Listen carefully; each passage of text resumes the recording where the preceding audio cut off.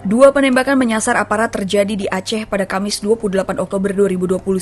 Seorang komandan tim Badan Intelijen Strategis atau BAIS TNI di wilayah PD Kapten Abdul Majid meninggal diduga ditembak oleh orang tak dikenal di Jalan Lok Rincong, Gampong, Lok Panah, Kecamatan Sakti, Kabupaten PD Aceh, Kamis 28 Oktober 2021. Almarhum Kapten Majid sudah dimakamkan secara militer di pemakaman keluarga pada Jumat pagi. Sementara di hari yang sama, tepatnya pada Kamis dini hari, penembakan juga terjadi di sebuah pos polisi di Panton Reu, wilayah Polresta Aceh Barat, Provinsi Aceh. Tak ada korban jiwa dalam peristiwa tersebut, namun penembakan mengenai rumah dan mobil warga yang lokasinya berdekatan dengan pos polisi tersebut.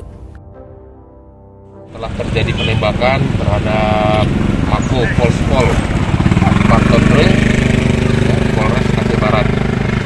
Jadi kejadian sekitar pukul 3.15 dini hari.